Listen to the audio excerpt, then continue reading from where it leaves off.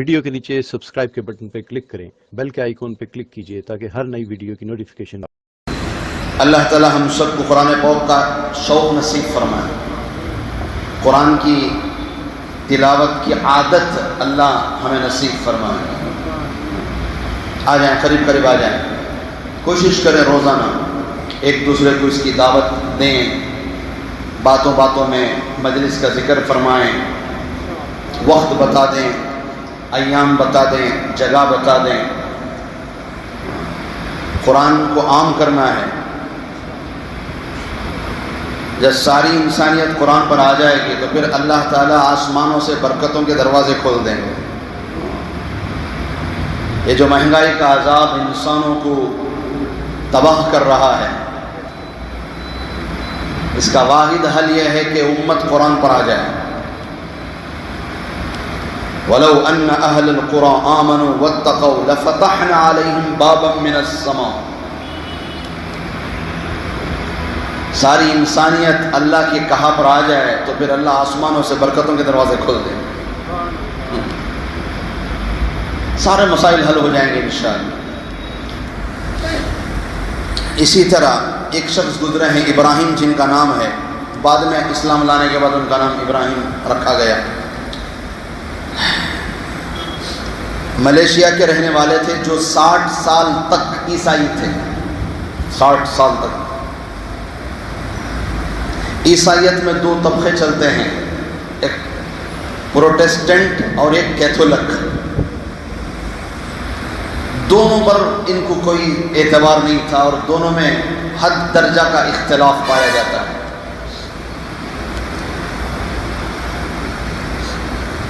اللہ کا کرم ہے، اللہ نے مجھے اور آپ کو ایسے دین سے جوڑا ہے جس کی کتاب بھی محفوظ ہے،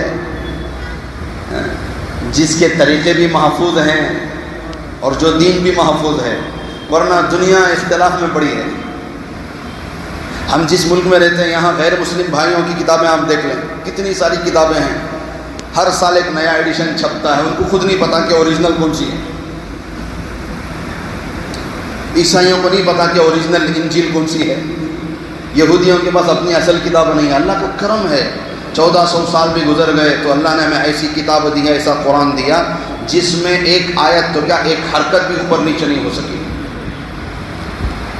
تو یہ پہلے 60 سال تک عیسائی تھے اور یہ پروٹسٹنٹ سے تعلق رکھتے تھے، کیتھولک کو نہیں مانتے تھے، مگر جب انہوں نے دونوں چیزوں کو سامنے رکھی تو ان کو اطمینان نہیں ہوا، تو پھر ان کے دل میں آیا کہ قرآن پڑھا جائے۔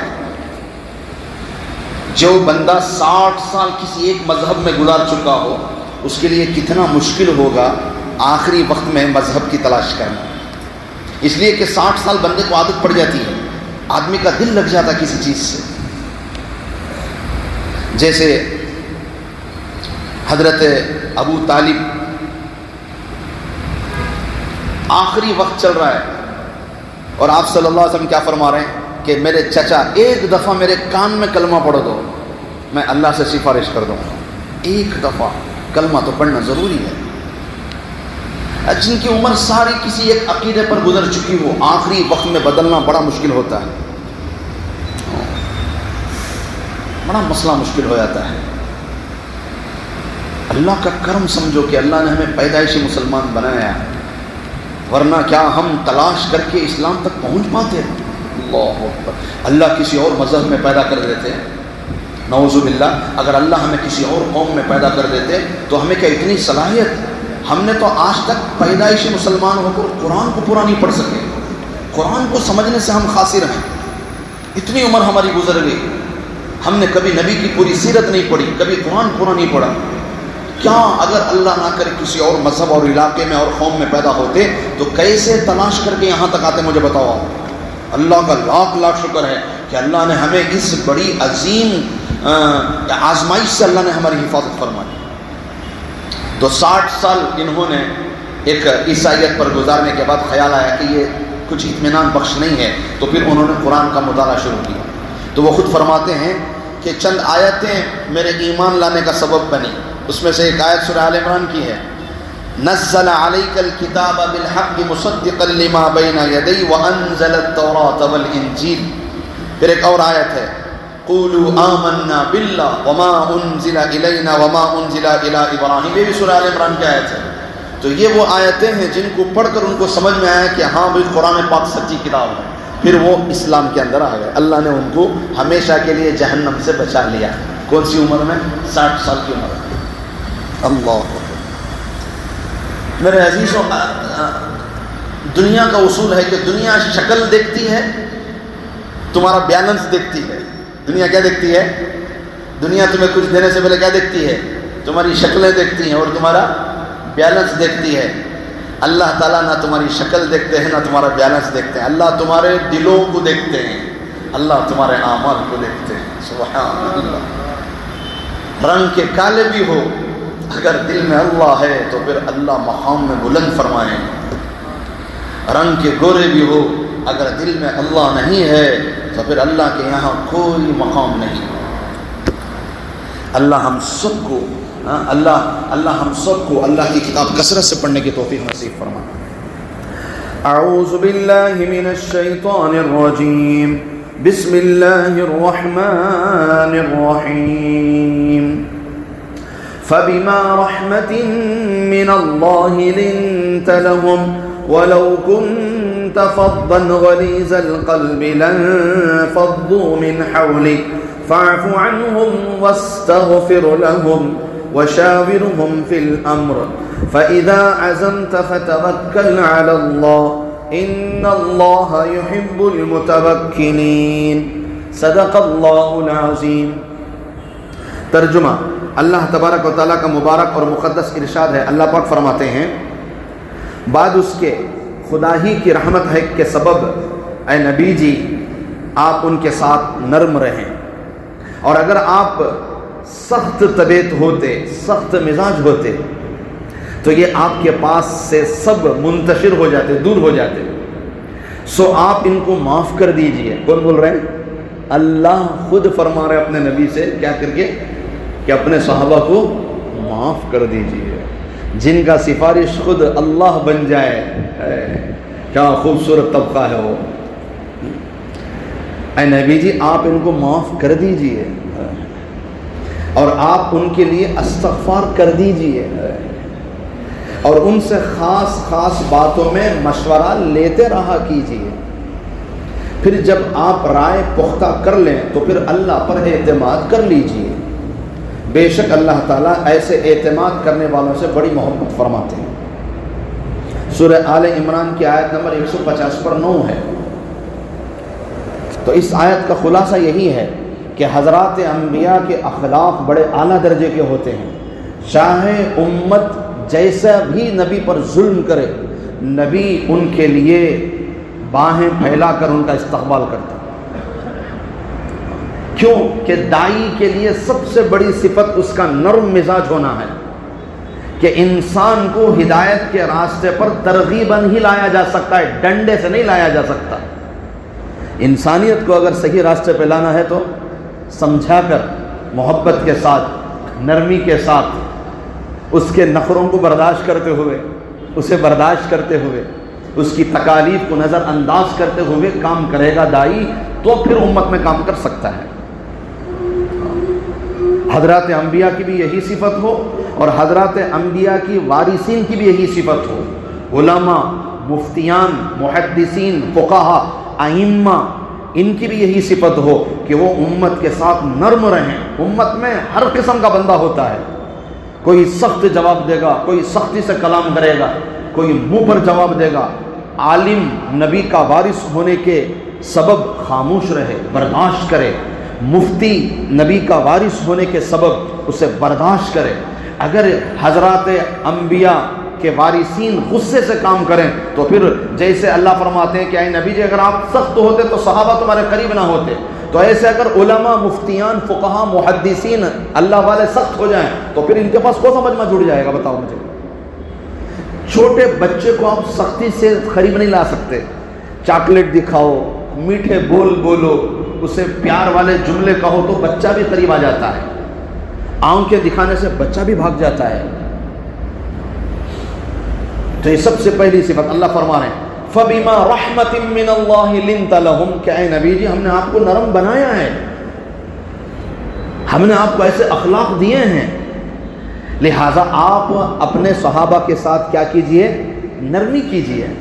اچھا پھر آگے فرمایا وَلَوْ كُنْتَ فَظًّا غَلِيظَ الْقَلْبِ، اگر آپ سخت دل ہوتے، سخت طبیعت ہوتے، سخت مزاج ہوتے، بات بات پر چڑچڑاپن، بات پر غصہ کرنا، چھوٹی چھوٹی بات کی اتنی نفرت دل میں بٹھا دینا کہ سالوں سالوں تک اس کی نفرت رہے، یہ کیا انسانیت ہے؟ غصہ کرنا اچھی علامت ہے، مگر اچھی جگہ ہو اور ضرورت کی تحت ہو بس۔ ایسا نہیں کہ بھی لمبا لمبا غصہ چلے، ایک مرتبہ لڑ لیا تو بس سال سال بات بند، یہ کیا غصہ ہے؟ یہ کیا زندگی ہے؟ مختصر زندگی ہے، یہاں کوئی صدیاں نہیں گزارنی ہمیں، درگزر کرو، آگے بڑھتے رہو۔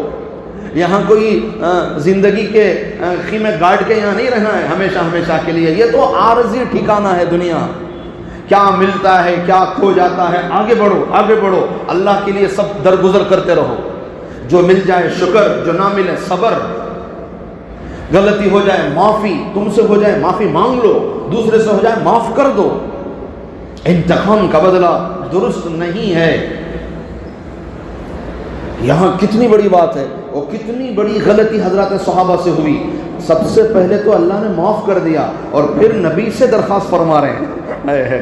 اللہ کیا فرما رہے ہیں کہ اے نبی جی آپ ان کو معاف کر دیجئے، فَاعْفُ عَنْهُمْ۔ کیسے معاف کریں؟ کہ کھڈا کھود کر چیز ڈال کر اسے دفن کر دیں۔ بعض معافیاں کیسے ہوتی بولو؟ معاف تو کر ڈالتی، کون تمہیں زبردستی دو جنے کو ملے تم مل جاتی انہوں، پھر بھی رتا چھو موقع ملے نہ چھوڑتا نہیں اسے کو، میں دکھاتا ہوں میں کون، میں یا میرا بڑا خراب یہ میں دکھاتا ہوں، منجے جواب دیا، منجے انکھاں دکھایا، منجے بولیا، بولتے نہیں کہتے بچے کے ایسے چیز منگاتا ہوں، میں بولیا کر کو بولو، میں بولیا کر کو بولو، گوشت اچھا دیتے ہیں نا، میں بولیا کر کو بولو، چیز اچھی دیتے ہیں، میں یہ بڑا مسئلہ میں کا ہے۔ فَاعْفُ عَنْهُمْ، مٹی ڈال دو، کوئی غلطی ہو جائے بچے سے، بھائی سے، بہن سے، درگزر کرو، ایسے درگزر کرو دوبارہ اسے احساس تک نہ دلاؤ تم۔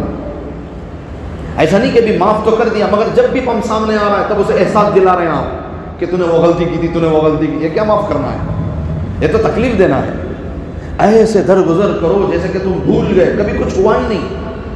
جیسے دو بچے نہیں لڑتے، اتنی سختی سے بچے لڑتے ہیں، 10 منٹ کے بعد پھر مل کو کھیلتے رہتے ہیں۔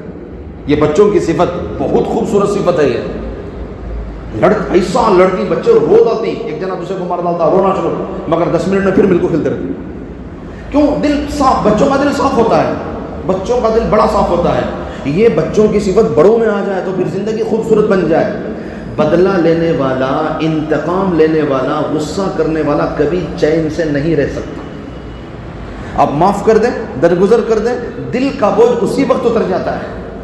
اگر غصہ ہے تو پھر ساری رات آپ سو نہیں پائیں گے، یاد رکھیں، آپ تجربہ کر کے دیکھیں۔ بڑے کمزور ہمیں دیکھنے کو خالی دکھا لیتے ہیں، تو ہمیں یوں کر کو خالی جاتے ہیں تو گھر ڈال لیتے ہیں، کر کے اتنا گھر ڈالے تو وہ ہوگا، کئی کو گھر جا نہیں گا تو رات بھر سوتا نہیں پاؤں نے۔ خلق الانسان ضعیفا، انسان بڑا کمزور ہے، بہت کمزور ہے۔ کیوں؟ قرآن بول رہا سو، میں نہیں بول رہی ہوں، قرآن کی بات یہ ہے، ہمیں اندر سے بہت کمزور، دیکھنے کو خالی دکھا لیتے ہیں اوپر۔ بہرحال آپ صلی اللہ علیہ وسلم سے فرمایا جا رہا کہ اے نبی جی ہم نے آپ کو نرم بنایا ہے، آپ نرمی اختیار کریں۔ نمبر 2، اگر آپ سخت ہوتے لنفضوا من حولک، تو یہ آپ کے اطراف جو حضرات صحابہ کا مجمع ہے یہ نہ ہوتا، یہ کبھی قریب نہیں ہوتے آپ کے۔ قوم کیسی ہے؟ جہالت سے بھری قوم، جہاں ہمارے پیارے نبی صلی اللہ علیہ وسلم کو نبوت عطا فرمائی گئی، یہ وہ علاقہ ہے، یہ وہ مجمع ہے جہاں زندہ بچیوں کو دفن کرتے تھے۔ جہالت کی کوئی انتہا ہے؟ زندہ جانور کو باندھ کر کے تیروں کے نشان مارتے تھے، کب تک؟ جب تک کہ وہ مر نہ جائے۔ یہ جہالت تھی۔ کعبے کے اطراف بیٹھ کر شراب پیتے تھے، یہ جہالت تھی۔ پورے کپڑے نکال کر برہنہ ننگے بدن طواف کرتے تھے، یہ جہالت تھی۔ اس قدر جہالت کے قوم کو ہمارے پیارے نبی صلی اللہ علیہ وسلم نے کیسا بنا دیا. کتنی محنت کی ہوگی نبی نے, کتنا برداشت کیا ہوگا, کتنا سہا ہوگا. ایسی قوم کو ایسی قوم بنایا کہ مرنے سے پہلے پانی پینا پسند, مرنا پسند ہے, پانی پینا پسند ہے کہ میرے پہلے میرے بھائی کو پلاؤ. کون؟ کچھ کسی اور علاقے کا بندہ ہے. کتنی محنتوں کے بعد مجمع تیار ہوتا ہے. مجمع کو دور کرنے کے لیے, مجمع کو منتشر کرنے کے لیے بڑا آسان کام ہے. مجمع کو جوڑنا بڑا مشکل کام ہے. جو جوڑتے ہیں ان کو پتا ہے کہ مجمع جوڑنا کتنا مشکل کام ہے. پھر فرمایا فاعف عنہم, کہ اے نبی جی معاف کر دیں. درگزر کیسے؟ کہ کبھی تانا نہیں, کبھی طنز نہیں, کبھی اس غلطی کا دوبارہ ذکر نہیں. واستغفر لہم, اور آپ ان کے لیے استغفار کیجئے, معاف بھی کیجئے. اور استغفار ایک تو ہے غلطی کرنے والے کی غلطی معاف کرنا, دوسرا اس کے لیے دعا کرنا. کتنا بڑا جگر چاہیے. ایک تو غلطی معاف کریں اور آپ اس کے لیے دعا کے لیے ہاتھ اٹھائیں.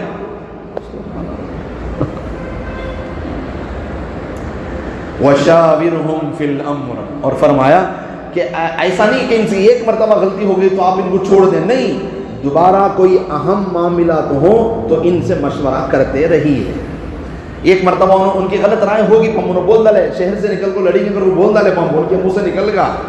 جوش تھا, جذبہ تھا, اور یہ جذبہ اللہ کے راستے میں شہید ہونے کا تھا. سو کیا بھی غلط نہیں تھا؟ کیا ایک مرتبہ رائے غلط ہوگی تو چھوڑ ڈالتی, ان کو ان سے مشورہ نہیں لیتے؟ وَشَاوِرْهُمْ فِي الْأَمْرِ, امر کہتے ہیں قرآن پاک کے اندر کئی جگہ آیا ہے. قُلْ إِنَّ الْأَمْرَ كُلَّهُ لِلَّهِ, کہیں اور آیا ہے إِلَيْهِ يُرْجَعُ الْأَمْرُ. تو بار بار امر آیا ہے. مطلب کیا ہے امر کا؟ مطلب علماء فرماتے ہیں بہت اہم کوئی معاملہ ہو, بہت کوئی اہم معاملہ ہو تو اس میں مشورہ کرنا چاہیے. اور مشورہ اس امت کے لیے اللہ کی طرف سے بہت بڑی نعمت ملی ہے, بہت بڑی نعمت.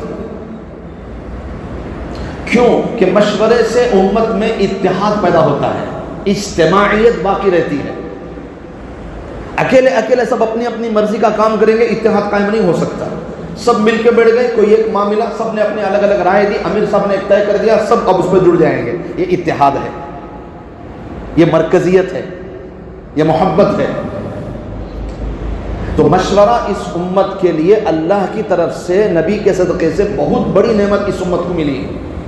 ہم اس کی قدر کریں. تو کیا فرمایا جا رہا ہے قرآن میں؟ وَشَاوِرْهُمْ فِي الْأَمْرِ, اہم معاملے میں. کون سے معاملے؟ اہم معاملے کر بولے تو کون سے؟ جس کا ذکر قرآن میں نہ ہو, جس کا ذکر حدیث میں نہ ہو, جس کا ذکر حضرات صحابہ کی زندگی میں نہ ہو. اب اس معاملے میں اب بیٹھ کر مشورہ کرو. ایسا نہیں کہ قرآن میں ہے تو میں بیٹھ کر مشورہ کر رہی ہوں.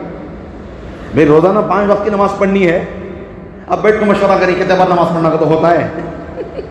جب طے ہے, جب قرآن اللہ کا حکم طے ہے, قرآن میں ہے, حدیث میں ہے, تو پھر اس میں کیا بیٹھ کر مشورہ کریں گے آپ؟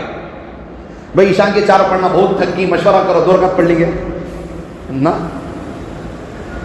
مشورہ ان چیزوں میں ہوتا ہے جو جس کا ذکر قرآن میں نہ ہو, جس کا ذکر حدیث میں نہ ہو, جس کا ذکر حضرات صحابہ یا شریعت میں نہ ملے. اب ان چیزوں میں بیٹھ کر مشورہ کرو. اس میں کوئی اہم معاملہ تو بیٹھ کر مشورہ کرو.